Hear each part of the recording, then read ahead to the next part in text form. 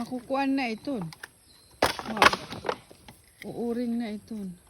Pero maiha. 2 days. 2 oras.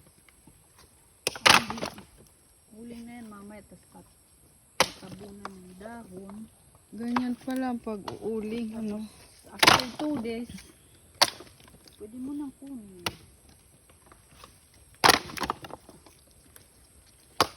Wala nang apoy yan.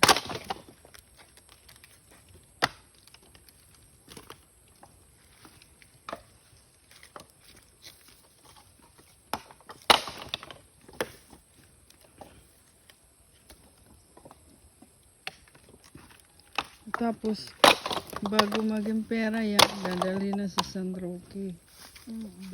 Ikakarga sa habal-habal.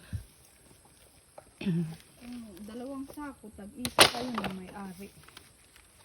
Ng habal-habal. Hindi, ng may-ari nito. Ah, at, Ate. Ate yun.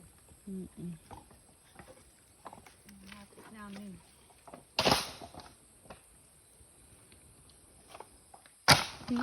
daming bamboo.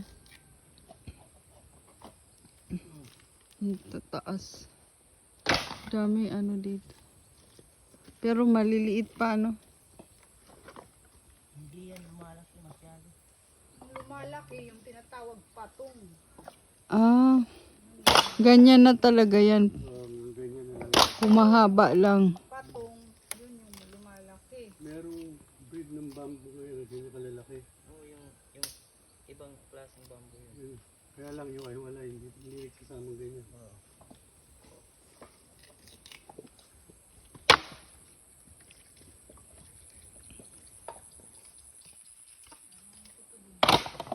Kainan ng aso. Bao.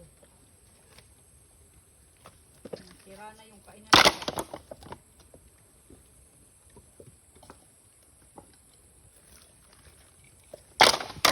Pwede pang gumawa ng sandok at saka kutsara dyan eh. Diba ho? Tatawa-tawa ka, kala mo zero ako. Talagang nakahubad ka pag talo mo pa si eh.